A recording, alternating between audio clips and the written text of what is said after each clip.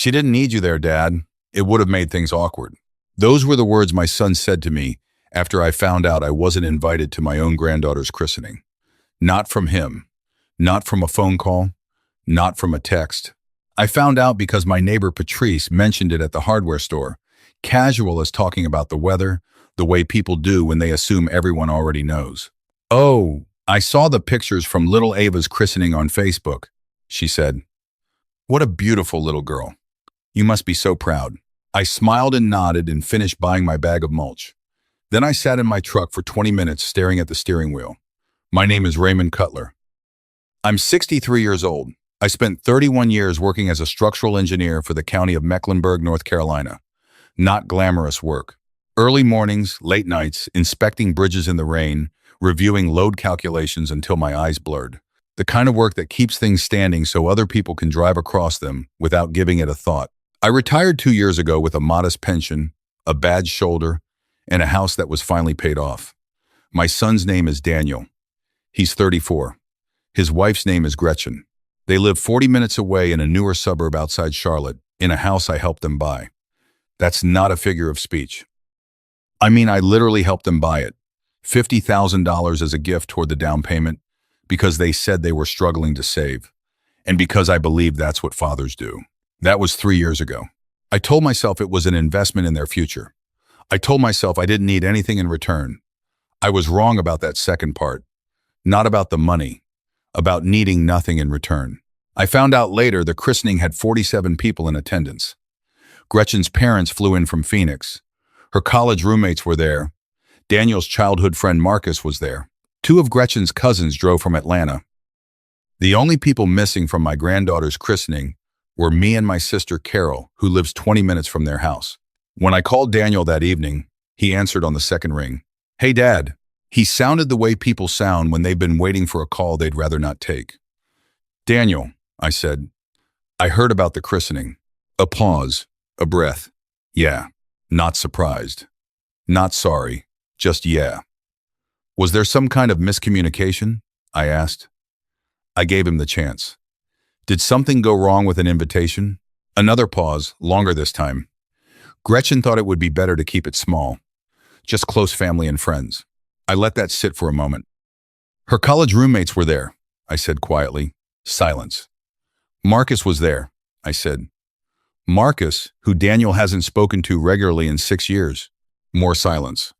"Dad, we didn't want any tension." There it was. Tension.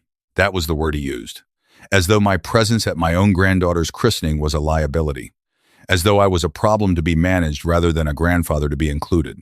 I asked him directly, "What tension, Daniel? Between who?" He hesitated. Then, "Gretchen's family has a certain way of doing things. They're particular about the atmosphere at events. She was afraid you might say something that would make people uncomfortable." What have I ever said that made anyone uncomfortable? He didn't answer. Because there was no real answer. What he meant was that I wasn't the right kind of person for Gretchen's carefully curated gatherings. I drove an old truck. I wore flannel shirts. I talked too plainly. I didn't have the right vocabulary, or the right opinions, or the right way of holding a wine glass. I was the problem. Not because of anything I'd done, because of what I represented. I hung up a few minutes later without raising my voice. I'm not a dramatic man. I never have been. But I sat at my kitchen table for a long time that night. My wife, Denise, passed away from a stroke 8 years ago. We'd been married 30 years. After she was gone, Daniel was the reason I kept a routine, kept the house up, kept going. Parents don't always admit how much their children become their anchor after loss. But it's true, he was mine. The $50,000 had come 2 years after Denise passed. Daniel and Gretchen had been together a few years at that point. I'd paid for a significant portion of their wedding as well. Not everything, but enough. I'd done it gladly, willingly, without keeping score. Or so I thought. That night I called my old friend Terrence. We'd worked together at the county for 22 years.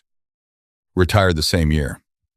The kind of friend who tells you the truth because he respects you enough not to waste your time with comfort. "You okay?" he asked. "Not particularly." "Good. Means you're paying attention." I told him what happened. When I finished, he was quiet for a moment. Then he said something that stayed with me for a long time after. "Ray, when's the last time they called you just to call you? Not for anything. Just to check in? I thought about it. I couldn't remember. Every interaction over the past year had been attached to something. Could you help us move the new couch? Dad, do you know anyone who does HVAC work? Hey, we're going to need to borrow the trailer. Dad, we were actually thinking about refinancing and wondered if you could co-sign. That last one I declined, and looking back now, I think that was the first time Gretchen had looked at me differently. Ray, Terrence said, a person who only calls when they need something is telling you exactly what you are to them. You're a resource, not a relationship. Those words hit me harder than I expected. The next morning, I did something I hadn't done in years. I booked a trip.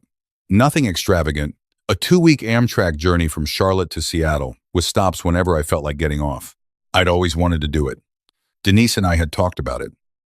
After she died, it sat on the list of things I'd get to eventually, which meant it sat there untouched. Daniel could wait. Gretchen could wait. Whatever came next could wait. 3 days later, I was on a train watching the Blue Ridge Mountains slide past my window.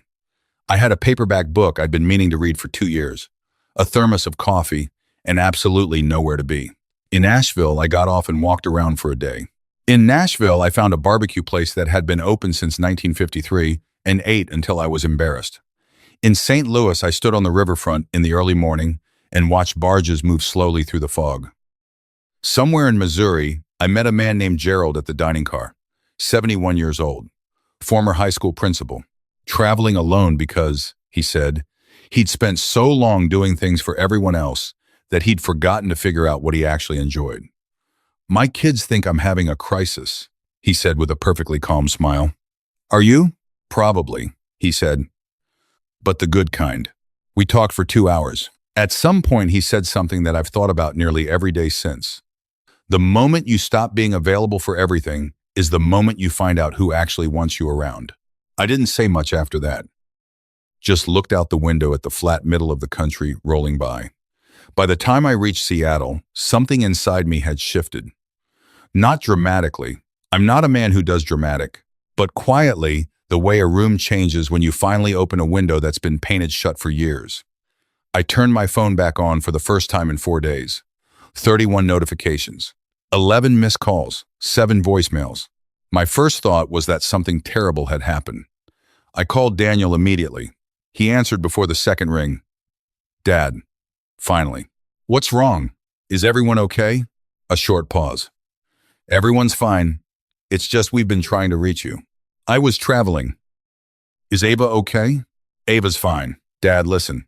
We've been talking, and we wanted to see if you'd be willing to help us out with something. I leaned back in my hotel chair. Outside the window, Puget Sound sat flat and gray and enormous. What is it? We're behind on the mortgage. Not way behind, just a couple months. Things got tight after the baby. Gretchen's on maternity leave and my bonus got pushed back, and it's just been a rough patch. We were hoping you could cover a couple payments until we get straightened out. I looked at the ceiling. A couple of mortgage payments on the house I'd already helped them buy. How much? I asked. He told me. I didn't respond immediately.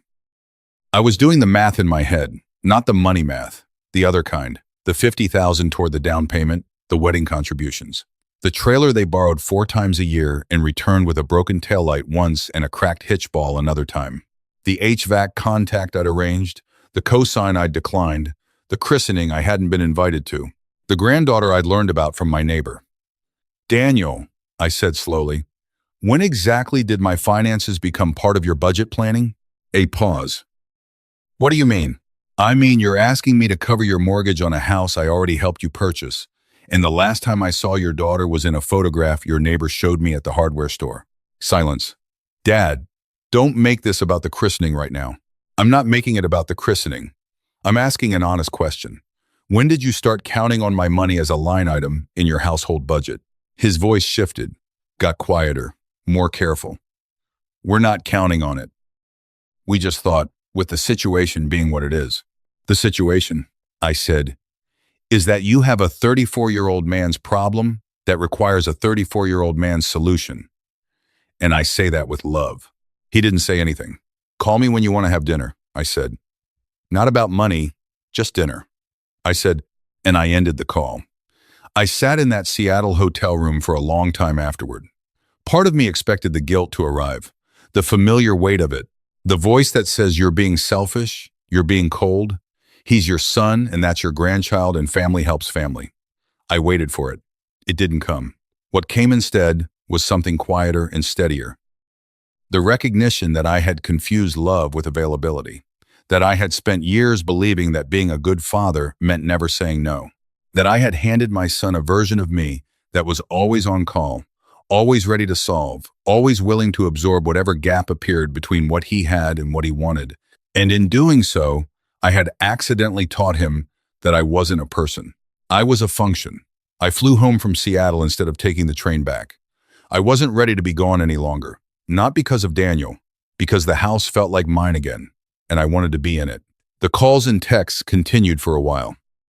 Gretchen sent one message, politely worded, explaining that they were under a lot of pressure and hoped I understood. I read it twice and didn't respond. Then, about 3 weeks after Seattle, Daniel showed up at the house unannounced. I saw his car in the driveway from the backyard where I was staining the deck. I kept working.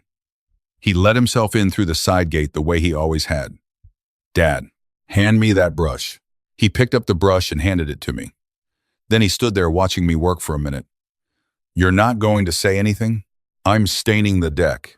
He sat down on the steps. He looked tired. Not the tired of a bad night's sleep. The tired that comes from carrying something that doesn't fit right. "I know you're upset," he said. "I'm not upset," I said. "I'm clarifying." "What does that mean?" I set down the brush. I turned and looked at my son, 34 years old. I remembered him at 7, missing his 2 front teeth, asking me if bridges were afraid of water. I remembered him at 17, calling me from a gas station outside Concord at midnight because his car had broken down. I remembered him at 22, crying at his mother's funeral in a way that broke something open in me and also, somehow, healed it. "Daniel," I said, "when did you stop calling me for no reason?"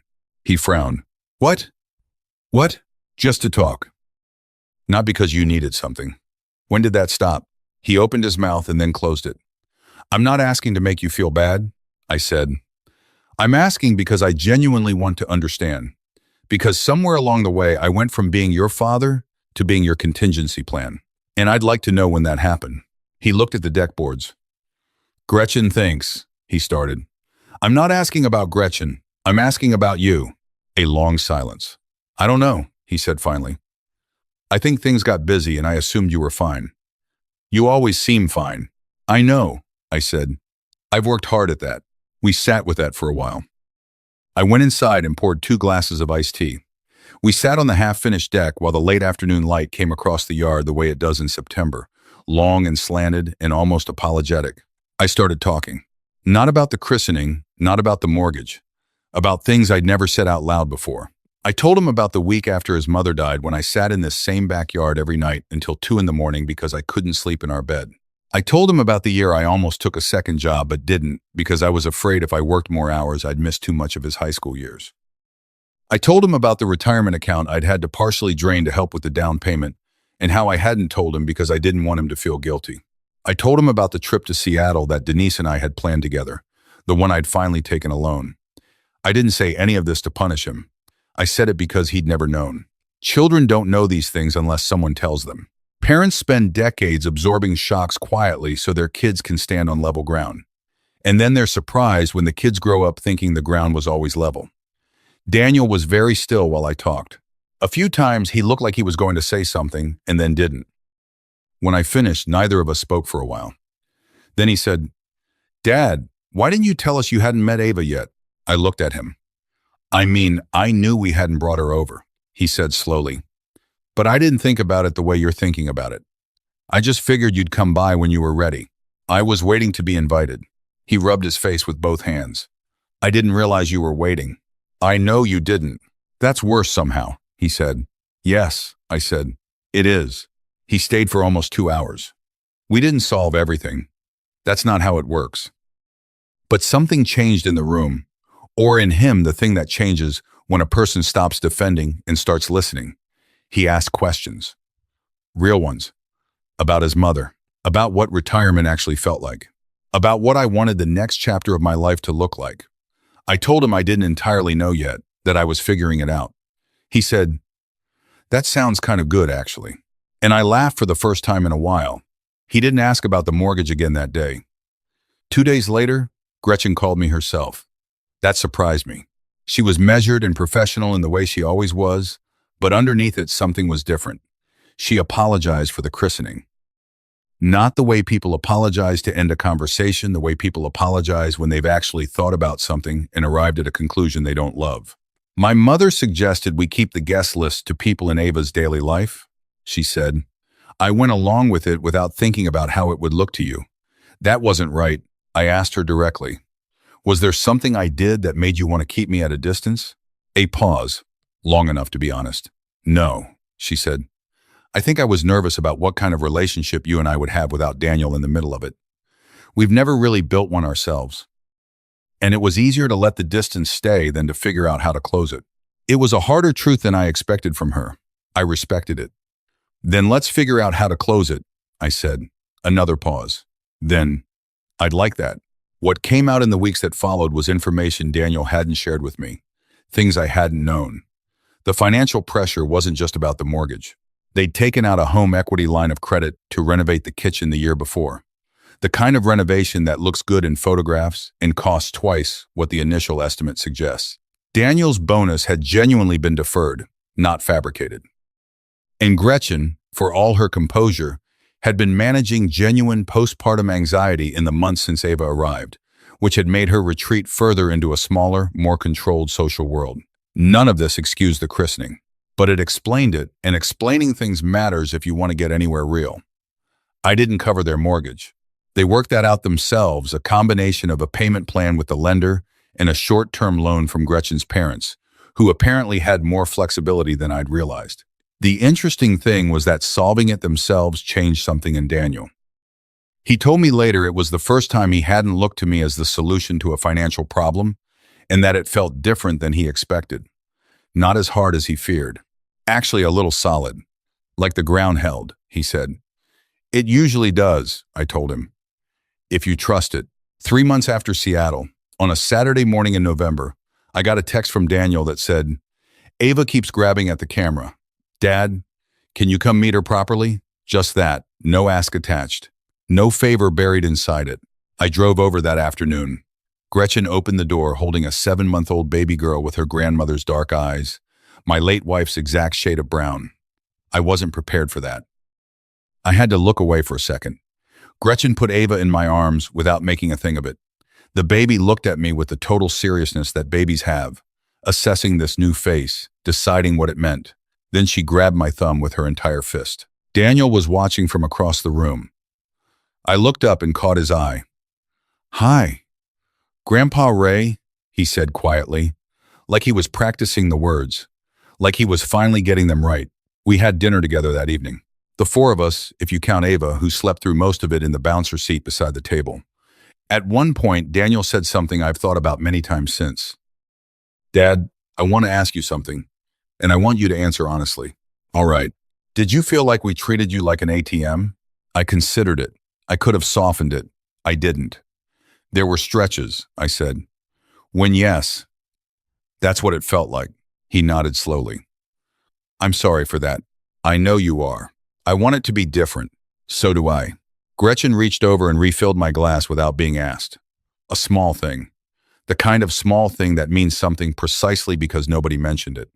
The road since then has not been perfectly smooth. I won't pretend otherwise. There are still moments where old patterns flicker. A question about what I'm doing with the house long term. A comment about whether my pension is inflation adjusted. Ordinary things that carry weight when you've learned to listen to them. But the difference now is that we can say something. We have practiced telling each other the truth without treating it like an emergency. I'm still figuring out what retirement looks like on my own terms. I joined a woodworking group at the community center on Wednesday mornings. I've been building a rocking chair from a plan I found in the back of a 1987 magazine. It is not going well, and I don't care at all. Terrence and I drive up to the mountains a couple of times a month and walk trails we keep telling ourselves aren't difficult while proving the opposite. Last spring, I finally booked the other half of the trip Denise and I had planned. Alaska this time. A small ship cruised through the Inside Passage. I stood on the deck at 6 in the morning watching a glacier the size of a small town move imperceptibly toward the sea, and I thought about time the way you only think about it when you're standing in front of something that measures it in centuries. The morning I got back, there was a voicemail from Daniel. He'd called at 11 o'clock at night, his time. "Hey, Dad. Just wanted to see how the trip went. No reason. Call me when you're up." No reason. 2 words I'd been waiting a long time to hear. I've thought a lot about what this whole chapter of my life actually taught me, because I think people get it slightly wrong sometimes.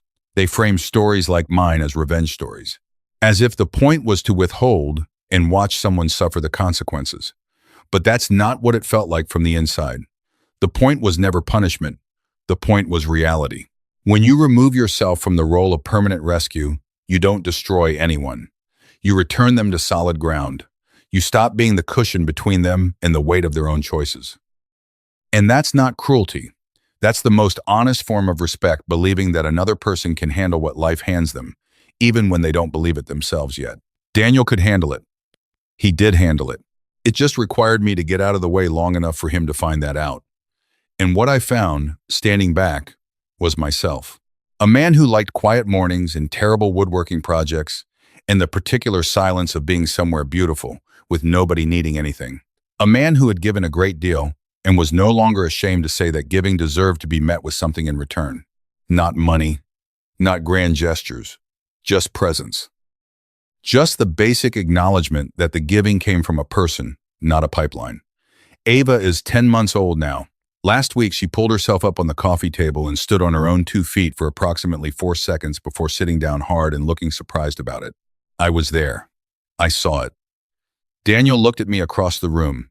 He was grinning the way he used to grin at 7 years old, missing his front teeth, proud of something. "You saw that, right?" he said. "I saw it," I said. "I'm not in the background anymore. I'm not the emergency number or the backup plan or the financial cushion. I'm the grandfather who shows up on Saturday afternoons and whose thumb Ava reaches for automatically, the way children reach for things they already trust. If you're a parent who's been reading this and nodding, I want you to hear this clearly. Your worth is not your availability. Your value to the people you love is not measured by what you deposit, cover, rescue, or absorb. You are not an institution. You are a person. And the people who love you properly will not need to be reminded of that. If someone in your life has started treating you like a resource rather than a relationship, you don't have to make a speech or draw a dramatic line.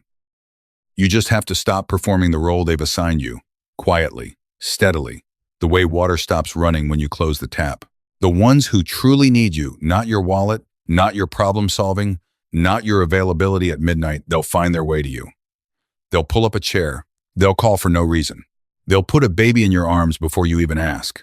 And when that happens, if you're lucky the way I've been lucky, you'll realize that the distance you created wasn't a punishment. It was an invitation for something real. Sometimes the most loving thing you can do for someone is stop catching them before they fall. Raymond didn't cut his son off out of anger. He stepped back out of respect, trusting Daniel to find his own footing. And Daniel did. When we stop shrinking ourselves to fit someone else's convenience, we make room for something better. A real relationship, chosen freely, not just inherited by default. A small note for you, this story was created and fictionalized by AI, crafted to bring you a moment of entertainment while hopefully leaving behind one small, useful truth to carry into your day.